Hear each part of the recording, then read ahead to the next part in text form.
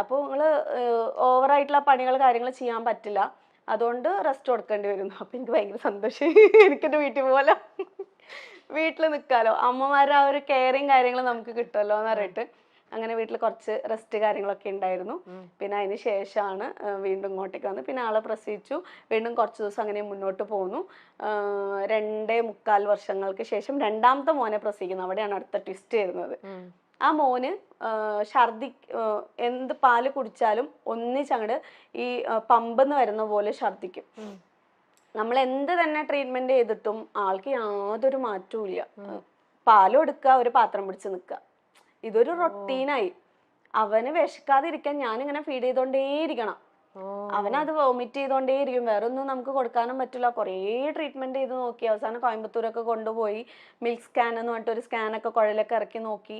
അപ്പൊ അവര് പറഞ്ഞു അവന്റെ ഇവിടത്തെ വാൾവ് അടയുന്നില്ല, ഈ വാൾവ് 2 വയസ്സൊക്കെ ആകുമ്പോഴേ അടയുള്ളൂ, ഇത് ഇങ്ങനെ നടന്നുകൊണ്ടേയിരിക്കും, നമുക്കൊന്നും ചെയ്യാൻ പറ്റില്ല എന്നുള്ളത്. അപ്പൊ ഒരു ഹോമിയോപ്പതി ഡോക്ടറെ അടുത്ത് കൊണ്ടുപോയിട്ട് അവൻ അതിനൊരു മാറ്റം വരുന്നു. അപ്പം ഭയങ്കര നമുക്കൊരു ഹാപ്പി അല്ലേ, ഇത്രയും കഷ്ടപ്പാടിൽ നിന്നും ഇങ്ങനെ ആകുമ്പോൾ. അപ്പൊ ഡോക്ടർക്ക് വേണ്ടി പ്രാർത്ഥിച്ച് ഞാൻ ചിന്തിച്ചു, ഞാൻ ഈ ബുദ്ധിമുട്ടുന്ന പോലെ എത്ര ലേഡീസ് ഇതുപോലെ ഓരോ അസുഖങ്ങൾ കൊണ്ട് ബുദ്ധിമുട്ടും, എന്തുകൊണ്ട് എനിക്കിത് പഠിച്ചുകൂടാ?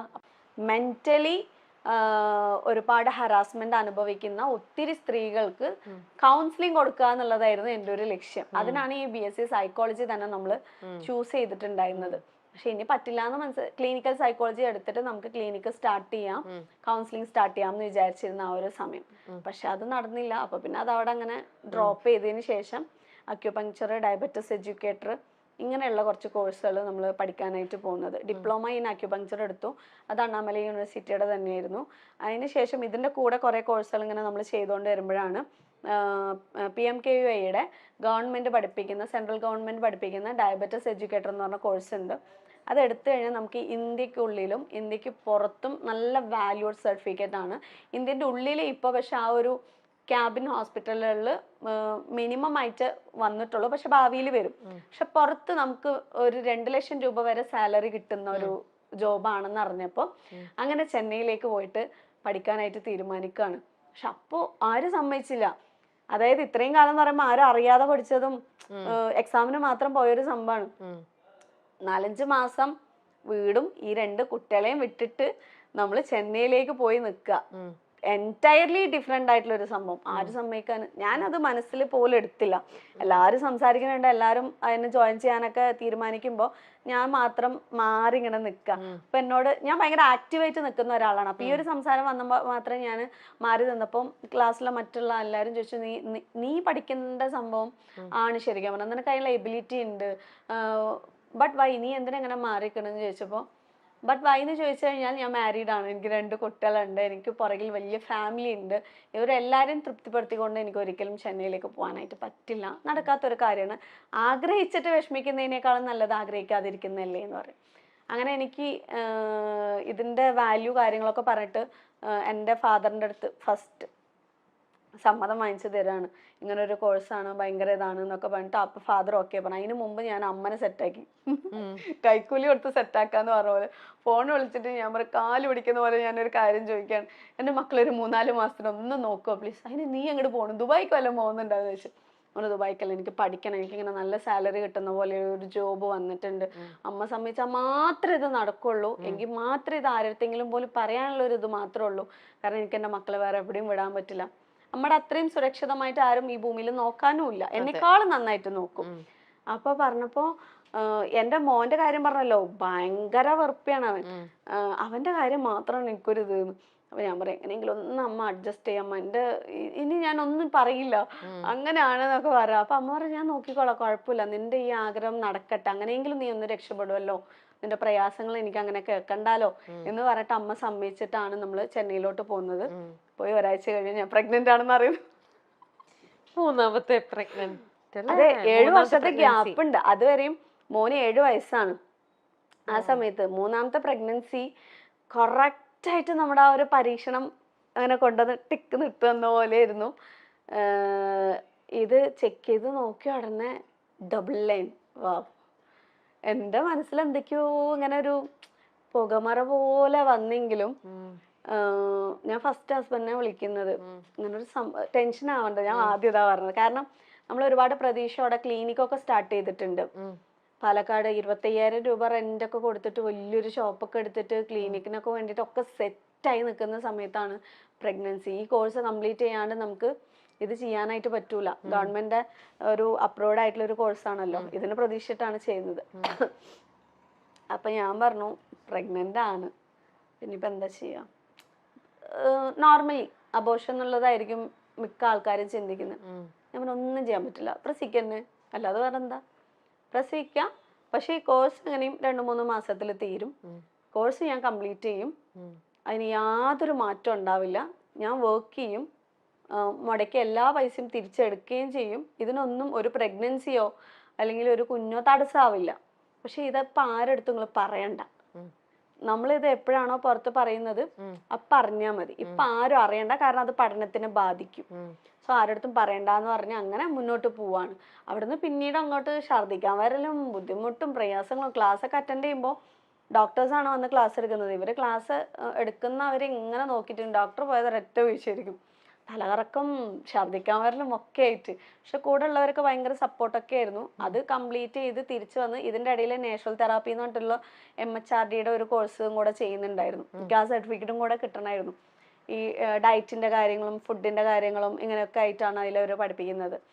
അതിന് പക്ഷെ പോകുമ്പോഴേക്കും ഞാൻ മൊത്തത്തിൽ വീക്കായി.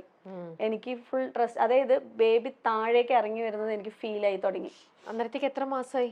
4 മാസം കഴിഞ്ഞു, 5 മാസമൊക്കെ സ്റ്റാർട്ട് ചെയ്യുന്ന സമയത്ത്. പക്ഷേ ഒരു യൂട്രസിന്റെ ആണോ എന്തിന്റെ ആണോ എന്നറിയില്ല, എനിക്കിങ്ങനെ ഫീൽ ആവും. ഞാൻ നടക്കുന്ന സമയത്ത് ടക് ടക് ഇങ്ങനെ എന്തോ വരുന്ന പോലെ. ഞാനിത് ആരോടും പറയാതെ വെച്ചിരിക്കുക.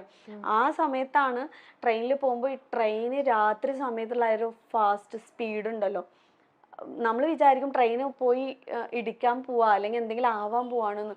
എനിക്ക് ഏറ്റവും കൂടുതൽ പേടി, ഞാൻ വീണ്ടും എൻ്റെ പഠനത്തിന് വേണ്ടിയിട്ട് ഈ കുഞ്ഞിനെ ഞാൻ ബലി കൊടുക്കുകയാണോ. കുഞ്ഞിന് ഷുവർ ആയിട്ടും അബോർഷൻ എന്തെങ്കിലും ആയിക്കഴിഞ്ഞാല് തീർന്നില്ല, എല്ലാരും ബ്ലെയിം ചെയ്യും. അതെ, ബ്ലെയിമിങ് മാത്രല്ല, ഞാൻ തന്നെ സ്വയം ബ്ലെയിം ചെയ്യും. കാരണം എനിക്ക് കുഞ്ഞുങ്ങള് എന്ന് പറഞ്ഞു കഴിഞ്ഞാൽ എനിക്ക് അങ്ങനെ ജീവനാണ്. അപ്പൊ ഈ മോൾക്കൊന്നും സംഭവിക്കുകയും ചെയ്യരുത്, മോളായിരുന്നു, ഒന്നും സംഭവിക്കുകയും ചെയ്യരുത്, എങ്ങനെയെങ്കിലും മുന്നോട്ട് പോകണം. ഒരു 5-6 ക്ലാസ്സും കൂടെ പഠിച്ചോനെ എന്നെ എങ്ങനെയെങ്കിലും ഒന്ന് പിടിച്ചു നിർത്തിക്കൊണ്ടാ, ഒന്നും സംഭവിക്കരുത്. എന്നിട്ട് ആ സമയത്താണ് ഞാൻ മോളോട് സ്വയം, ട്രെയിനിൽ എല്ലാവരും ഉറങ്ങുന്ന സമയമാണ്, താങ്ങി പിടിച്ചോണ്ട് ഞാൻ അവളോട് ഇങ്ങനെ പറയും, നിനക്കൊന്നും പറ്റില്ല കേട്ടോ, അമ്മയ്ക്ക് എങ്ങനെയെങ്കിലും രക്ഷപ്പെടണ്ട, അതിന് വേണ്ടിയിട്ടാണ് നമ്മൾ രണ്ടുപേരും കൂടിയുണ്ട്, നമ്മൾ രണ്ടുപേരും കൂടിയിട്ടാണ് പഠിക്കുന്നത്, അതുകൊണ്ട് എൻ്റെ മോക്കൊന്നും സംഭവിക്കൂല, അത് ഞാൻ ഗ്യാരണ്ടി തരുന്നു. ഇങ്ങനെ ഞാൻ പറയല്. നമുക്ക്, അതായത് ഞാൻ എന്നെ തന്നെ മോട്ടിവേറ്റ് ചെയ്യുന്ന പോലെയാണ് എനിക്ക് ആ സമയങ്ങളിൽ തോന്നിയിട്ടുണ്ടായിരുന്നത്. ഇതിന്റെ ഇടയിൽ കൂടെ ഈ ട്രെയിനിൽ ഒരു സ്ത്രീ ഒറ്റയ്ക്ക് യാത്ര ചെയ്യുമ്പോഴുള്ള ഒരു ബുദ്ധിമുട്ടുണ്ടല്ലോ, നമ്മൾ എത്രത്തോളം പ്രയാസങ്ങൾ അനുഭവിച്ചിട്ടാണ് പോണത് നീ പോകുന്ന ആൾക്കാർക്കൊന്നും അറിയില്ല. അവർക്കൊരു തട്ടല് മുട്ടല് എന്തെങ്കിലും ഒന്ന് കിട്ടിക്കഴിഞ്ഞാലുള്ള ഒരു സുഖം, ഒരു TT ആണോ, TT ആരെങ്കിലും വേറെ ആരെങ്കിലും നമ്മൾ എന്തെങ്കിലും ചെയ്തു കഴിഞ്ഞാൽ നമുക്ക് നോ പ്രോബ്ലം, വേഗം TTയോട് പോയി പറയാന്ന് പറയാം. TT ഭയങ്കര കമ്പനി ആയിട്ടൊക്കെ സംസാരിച്ചൊക്കെ വന്നിട്ട് ഏറ്റവും ലാസ്റ്റ് എൻ്റെ സീറ്റിൽ വന്നിരുന്നു, ഇയാൾ എന്തൊക്കെയോ കാണിക്കുക, മുട്ടാൻ വരിക, തൊടാൻ വരിക, പിടിക്കാൻ വരിക. അപ്പൊ അവിടെ ബാക്കി ആൾക്കാരില്ലേ? എല്ലാവരും ഉറങ്ങാ, ഉറങ്ങുന്ന സമയത്ത് എനിക്ക് സീറ്റ് കൺഫേം ആയിട്ടുണ്ടായിരുന്നില്ല.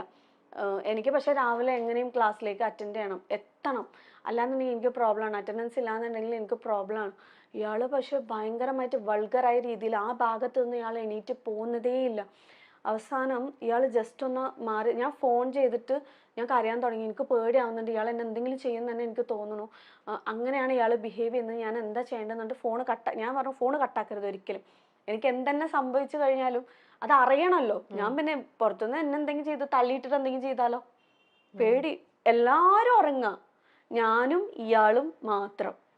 എങ്ങനെ അവിടുന്ന് രക്ഷപ്പെടാന്ന് ആലോചിച്ചിട്ട് ഇയാൾ ജസ്റ്റ് അവിടെ നിന്ന് എന്തോ മാറിയതും. എൻ്റെ കയ്യിൽ ഇത്രയും വലിയ ലഗേജ് പെട്ടിയാണ് ഉള്ളത്, ഇതെനിക്ക് വിട്ടിട്ട് പോകാനും പറ്റൂല. ഇതായിട്ട് ഞാനൊരു ബോഗിയിൽ നിന്നും ഒരു 15 ബോഗിയോളം ഞാൻ ഓടിയിട്ടുണ്ടാവും. TTനെ പേടിച്ചിട്ട്. ആ സമയത്തുള്ള ധൈര്യമില്ലായ്മയാണ് ഞാൻ ഈ പറയുന്നത്. എനിക്ക് ആരാണ് ഈ ഫോണിൽ ഹസ്ബൻഡിനെ വിളിച്ചു ഞാന്, അദ്ദേഹം പറഞ്ഞു തന്ന ഐഡിയ ആണ്. അല്ലല്ല, ഞാൻ എന്താ ചെയ്യേണ്ടത് എനിക്ക് അറിയണില്ല, ഞാൻ വണ്ടിയിൽ നിന്ന് ഇറങ്ങാനും പറ്റുന്നില്ല, സ്റ്റേഷനിൽ നിന്ന് എവിടെയെങ്കിലും ഇറങ്ങാനുള്ള ഒരു ഓപ്ഷനും ഇല്ല, എന്താ ചെയ്യേണ്ടത്. ഇപ്പൊ നിക്ക്, ഞാൻ എന്തെങ്കിലും, ആൾക്ക് എന്താ ചെയ്യാൻ പറ്റുക, ഒന്നും ചെയ്യാൻ പറ്റില്ല, ആളവിടെ നിൽക്കല്ലേ. ഞാൻ ഈ ലഗേജും പിടിച്ചിട്ട് ഓടിയ ഓട്ടത്തില് ഈ സമയം പ്രഗ്നന്റ് കൂടെ. എനിക്ക് ആ പേടിയും കൂടി ഉണ്ട്, എൻ്റെ കുട്ടിക്ക് എന്തെങ്കിലും സംഭവിക്കോ. ഞാനിങ്ങനെ കരഞ്ഞോണ്ടേ ഇരിക്കണോ, നിർത്താതെ ഞാൻ ഓടി 2 പോലീസുകാരെ കണ്ട്. ഹിന്ദിക്കാരാണ്. എനിക്കാണെങ്കിൽ ഹിന്ദി അറിയില്ല. നമ്മളെന്താ സംസാരിക്കുക. ഭാഗ്യത്തിന് കുറച്ച് ഈ മുറി ഇംഗ്ലീഷ് അറിയുന്നു പറയുന്ന പോലെ അവരോട് ഞാൻ പറഞ്ഞു ഞാനിവിടെ ഒന്ന് ഇരുന്നോട്ടെ. എനിക്ക് എന്തോ എനിക്ക് അതും പറയാൻ പേടി. കാരണം ആ ടി അറിയുന്ന ആളാണെങ്കിലോ, ഇവര് എന്തെങ്കിലും പ്ലാൻ ചെയ്താലോ, നമുക്ക് പല ചിന്തയാണല്ലോ വരുന്നത്. ആ സമയത്ത് ആ ടിനെ കുറിച്ച് പറയാനോ പുറത്തൊന്ന് കംപ്ലൈന്റ് ചെയ്യാനോ ഉള്ള ധൈര്യം പോലും എനിക്കില്ല. എനിക്ക് ഇപ്പൊ ആലോചിക്കുമ്പോ അവര് കിടന്ന് ഉറങ്ങിയല്ലോ, ഉറക്ക എന്തെങ്കിലും സംഭവിച്ചാൽ ഉറക്ക വിളിച്ചാൽ ഈ ഉറങ്ങി കിടക്കുന്നവർ എണീക്കില്ലേ? ആ ഒരു ധൈര്യം ഉണ്ടായില്ലേ? ഇല്ല, അതാ പറയാ, ഞാൻ എത്രത്തോളം ഒരു കവേർഡായിരുന്നു. ഭീരു എന്ന് പറഞ്ഞാൽ അങ്ങേറ്റത്തൊരു വലിയൊരു ഭീരുവായിരുന്നു. ഇപ്പൊ എന്റെ കാലിൽ ആരെങ്കിലും ചവിട്ടിയാ പോലും ഞാൻ പ്രതികരിക്കൂല. ചവിട്ടിയിട്ടുണ്ട്, അതുകൊണ്ടാ പറഞ്ഞത്. ഒരേ കാറിലിരിക്കുന്ന സമയത്ത് എൻ്റെ കാലിന് ചവിട്ടി നെരുക്കി ഇങ്ങനെ അമർത്തിയിട്ടുണ്ട്. എങ്കിലും ഞാൻ ഇങ്ങനെ പിടിച്ച് നിൽക്കല്ലാതെ എനിക്ക് പ്രതികരിക്കാൻ അറിയില്ലായിരുന്നു. ആദ്യം നമ്മുടെ പെൺകുട്ടികളെ നമ്മൾ പഠിപ്പിക്കേണ്ട ഏറ്റവും വലിയൊരു സംഭവം എന്താണെന്നറിയോ? ധൈര്യം. അല്ലാന്നുണ്ടെങ്കിൽ അനുഭവിക്കേണ്ട അങ്ങേയറ്റത്തിലായിരിക്കും നമ്മൾ ഓരോരുത്തരും അനുഭവിക്കുന്നത്. അന്ന് എനിക്കൊന്ന് ഒച്ചിട്ടിട്ട് ആരുടെങ്കിലും ഒന്ന് ഹെൽപ്പ് ചോദിക്കായിരുന്നു. പക്ഷെ അതാണ് എൻ്റെ ഏറ്റവും വൃത്തികെട്ട സ്വഭാവം എന്ന് പറയുന്നത്. എൻ്റെ കൂടെ നിൽക്കുന്നവർക്ക് ബുദ്ധിമുട്ടാവോ, ഉറങ്ങുന്നവർക്ക് ബുദ്ധിമുട്ടാവോ, ഞാൻ എന്തിനാ അങ്ങനെയൊക്കെ ചിന്തിക്കുന്നതെന്ന് ഇപ്പൊ തോന്നുന്നുണ്ട്. ആരെങ്കിലും വിളിച്ചിട്ട് പക്ഷെ ഇയാള് ആണ്, ഇയാള് വേറെ എന്തെങ്കിലും പറഞ്ഞാൽ അവരെ ഇതാക്കിയാലോ, അല്ലെങ്കിൽ ചിലപ്പോ അവരും കൂടെ നമ്മൾ എന്തെങ്കിലും ചെയ്താലോ, ഇങ്ങനെയുള്ള പേടികളായിരുന്നു മൊത്തത്തിൽ. ഈ ലഗേജും പിടിച്ചിട്ട് ഞാൻ ഇങ്ങനെ ഓടുക. ഒരു 10-15 പോകി നിർത്താതെ ഓടിയിട്ട് ഇയാൾ കാണാതെ എവിടെ ഒളിഞ്ഞിരിക്കാൻ പറ്റില്ല. 2 പോലീസുകാരെ കണ്ടപ്പോൾ എനിക്കിങ്ങനെ കരച്ചിൽ വരാൻ തുടങ്ങി. എൻ്റെ വിറയലൊക്കെ അവർ കണ്ടു മനസ്സിലാക്കി. ഞാൻ പറഞ്ഞു ഞാൻ ഒന്നും ഇവിടെ ഇരുന്നോട്ടെ, എനിക്ക് ഇരുന്നാൽ മാത്രം മതി, എൻ്റെ സീറ്റ് കൺഫേം ആയിട്ടില്ല, അതുകൊണ്ടാണ് എന്ന് പറയും. അപ്പം അവർ പറഞ്ഞു ഇരിക്കുന്നു പറഞ്ഞു. അവർ പോകാൻ നേരത്ത് ഞാൻ അവരുടെ ബാക്കിലേക്ക് പോവാം, നിങ്ങൾ പോവല്ലേ എനിക്ക് പേടിയാവുന്നെന്ന് പറഞ്ഞിട്ട്. പക്ഷെ കുറച്ച് നേരം കഴിഞ്ഞ് നിങ്ങൾ ടെൻഷൻ ആവണ്ട, നിങ്ങളിവിടെ ഇരുന്നോളൂ, ഞങ്ങൾ അവിടെ തന്നെ ഉണ്ടാവും എന്ന് പറഞ്ഞു. ഇവർ പോയി കുറച്ച് നേരം കഴിയുമ്പോൾ എൻ്റെ കയ്യിലാണെങ്കിൽ എന്നെ കവർ ചെയ്യാനൊരു സാധനം ഒന്നും ഉണ്ടായിരുന്നില്ല. അപ്പം എൻ്റെ ഷോൾ ഉണ്ടായിരുന്നു. ഞാനാണെന്ന് ഇത് അറിയാതിരിക്കാൻ വേണ്ടിയിട്ട് എൻ്റെ ലഗേജ് ഞാൻ ഏതിൻ്റെയോ സീറ്റിൻ്റെ അടിയിൽ മറിച്ച് വെച്ചതിന് ശേഷം ഇവരെനിക്കൊരു സീറ്റ് റെഡിയാക്കി തന്നു ഈ പോലീസുകാർ. എന്നിട്ട് എൻ്റെ തലയിലിട്ട ഷോളിനെ മൊത്തത്തിൽ കാലിൻ്റെ അടിയിലേക്കും സൈഡിലൊക്കെ ചുരുട്ടി വെച്ചിട്ട് ഞാനിങ്ങനെ കവർ ചെയ്യാണ്. ഇയാൾ വന്ന് എന്നെ അറിയാതിരിക്കാൻ വേണ്ടി. എനിക്ക് ഉറക്കമൊന്നും വരുന്നില്ല. ഉറങ്ങിക്കഴിഞ്ഞ് ഇയാൾ എങ്ങാനും വന്നാലോ എന്ന് പേടിച്ചിട്ട് ഞാനിങ്ങനെ പതിയെ ഇങ്ങനെ നോക്കുമ്പോണ്ട് ഇയാളും അങ്ങോട്ടും ഇങ്ങോട്ടും പോകുന്നു. ഇയാൾ എന്നെ തെരഞ്ഞു നടക്കാണ്. ഞാനിങ്ങനെ ബേജാറായിട്ട് പേടിച്ചിട്ട് തലയും പൊക്കാട്ട് ശ്വാസം പോലും വിടാതെ നമ്മൾ ഇരിക്കൂലേ, ഈ അവസ്ഥയിൽ ഞാൻ അങ്ങനെ കിടന്നു പ്രാർത്ഥിക്കണം, ഇയാൾ എന്നെ കാണരുത് ഒച്ചിട്ടാ മതി, അല്ലെങ്കിൽ എന്തെങ്കിലും ഒന്ന് ഷൗട്ട് ചെയ്താൽ മതി. അതിനുള്ള ധൈര്യം പോലും അന്ന് എനിക്കുണ്ടായിരുന്നില്ല. ആ ഇടയ്ക്ക് ഡയബറ്റിക്സ് എഡ്യൂക്കേറ്റർ കോഴ്സിനെ കുറിച്ച് അറിഞ്ഞു. ചെന്നൈയിലാണ്. 4-5 മാസം അവിടെ നിന്ന് പോയി പഠിക്കണം. ആലോചിക്കാൻ പോലും പറ്റില്ല. പക്ഷെ അതൊരു വരുമാന മാർഗമാകുമെന്ന് പറഞ്ഞപ്പോൾ ഭർത്താവ് സമ്മതിച്ചു. ക്ലാസ് തുടങ്ങി. കുഞ്ഞുങ്ങളെ അമ്മയെ ഏൽപ്പിച്ചു പോയി. ആദ്യ ആഴ്ച കഴിഞ്ഞു. ദിവസങ്ങൾ കഴിയും തോറും എനിക്ക് ഭയങ്കര ക്ഷീണം. പ്രഗ്നൻസി ടെസ്റ്റ് ചെയ്തപ്പോൾ പോസിറ്റീവായി. ഒരു വലിയ സ്വപ്നത്തിനായി വന്നതാണ്. പക്ഷേ പഠനം ഉപേക്ഷിക്കില്ലെന്ന് തീരുമാനിച്ചു. അത് ദൈവവും ഞാനും തമ്മിലുള്ള മത്സരമായിട്ടാണ് തോന്നിയത്. ഹോസ്റ്റൽ ഭക്ഷണത്തോട് പൊരുത്തപ്പെടാനായില്ല. ഇൻസ്റ്റിറ്റ്യൂട്ടിൽ താമസിക്കാനുള്ള അനുവാദം വാങ്ങി. വെറും തറയിൽ നിസ്കാരപ്പായ വിരിച്ചാണ് കിടന്നത്. കുട്ടികൾ എത്തുമ്പോഴേക്കും കുളിച്ച് റെഡിയാകും. ആ കോഴ്സ് എങ്ങനെയോ പൂർത്തിയാക്കി. അവസാന മാസങ്ങളിലെത്തിയപ്പോൾ 45 കിലോ ഉള്ള ഞാൻ 90 കിലോ ആയി. സഹിക്കാൻ പറ്റാത്ത വേദന. എഴുന്നേറ്റ് നിൽക്കുമ്പോൾ കുഞ്ഞ് താഴേക്ക് ഇറങ്ങി വരുന്ന അവസ്ഥ. അങ്ങനെ 3ാമത്തെ മകൾ പിറന്നു. 3ാമത്തെ മോൾക്ക് 9 മാസം. 40 ലക്ഷം രൂപ ലോൺ എടുത്ത് വീട് വാങ്ങി. അതിനോട് ചേർന്ന് പ്രമേഹ രോഗികൾക്ക് മാർഗനിർദ്ദേശം നൽകാനായി ഒരു ക്ലിനിക്ക് തുടങ്ങാൻ തീരുമാനിച്ചു. അപ്പോഴാണ് എല്ലാ കണക്കുകൂട്ടലും തെറ്റിച്ച് വീണ്ടും സിലു ഗർഭിണിയായത്. അത്ര സങ്കീർണമായിരുന്നു അവസാന പ്രസവം. മാസങ്ങളോളം ബെഡ് റെസ്റ്റും വേദനകളും അനുഭവിച്ചതാണ്. ഉടനെ മറ്റൊരു കുഞ്ഞ്. അബോർഷൻ അല്ലാതെ മറ്റു വഴിയില്ലെന്ന് ഭർത്താവ് പറഞ്ഞു. പക്ഷേ അവൾ സമ്മതിച്ചില്ല. ഒരു ജീവനെ ഇല്ലാതാക്കാൻ തയ്യാറല്ലെന്ന് തീർത്തു പറഞ്ഞു. മകൻ പിറന്നു. ആരോഗ്യ പ്രശ്നങ്ങളും പോസ്റ്റ്മോർട്ടം ഡിപ്രഷനും കൊണ്ട് സിലു അന്ന് ഒരുപാട് അനുഭവിച്ചു. പക്ഷേ കുഞ്ഞിന്റെ മുഖം കാണുമ്പോൾ അതെല്ലാം മറന്നു. ഒരു വരുമാന മാർഗം വേണമായിരുന്നു. യൂട്യൂബിൽ വീഡിയോകൾ അപ്ലോഡ് ചെയ്തു തുടങ്ങി. എഡിറ്റിംഗ് ഉൾപ്പെടെ എല്ലാം യൂട്യൂബ് കണ്ടാണ് പഠിച്ചത്. കുഞ്ഞുങ്ങൾക്ക് ഭക്ഷണം ഉണ്ടാക്കുന്നതും വീടൊരുക്കുന്നതും ഒക്കെയായിരുന്നു ആദ്യകാല വീഡിയോകൾ. 166 വീഡിയോകൾ കഴിഞ്ഞപ്പോൾ മോണിറ്റൈസേഷനായി. അപ്പോൾ കാര്യമായ വരുമാനമൊന്നും കിട്ടുന്നില്ല. എന്നാൽ പിന്നീട് മാറ്റം വന്നു. ഇപ്പോൾ 1 മില്യണിലധികം സബ്സ്ക്രൈബേഴ്സ് ഉണ്ട്. 4 ചാനലുണ്ട്. വരുമാനവുമുണ്ട്. പഴയ തന്നെക്കുറിച്ച് ഓർക്കുമ്പോൾ എന്ത് ആണ് താനെന്ന് ഇപ്പോഴും സിലു ആലോചിക്കാറുണ്ടെന്ന് പറയുന്നു. 4 ചുമരിനുള്ളിൽ ഇരുന്നെങ്കിൽ എന്താകുമായിരുന്നു അവസ്ഥ? എല്ലാ പ്രതിസന്ധികളെയും മറികടക്കാനുള്ള ശക്തി സ്ത്രീകൾക്ക് കൂടുതലാണ്. അത് തിരിച്ചറിഞ്ഞ് നമ്മുടെ സന്തോഷങ്ങളിലേക്കുള്ള വഴി നമ്മൾ തന്നെ കണ്ടെത്തിയാൽ മതി എന്ന് സിലു പറയുന്നു.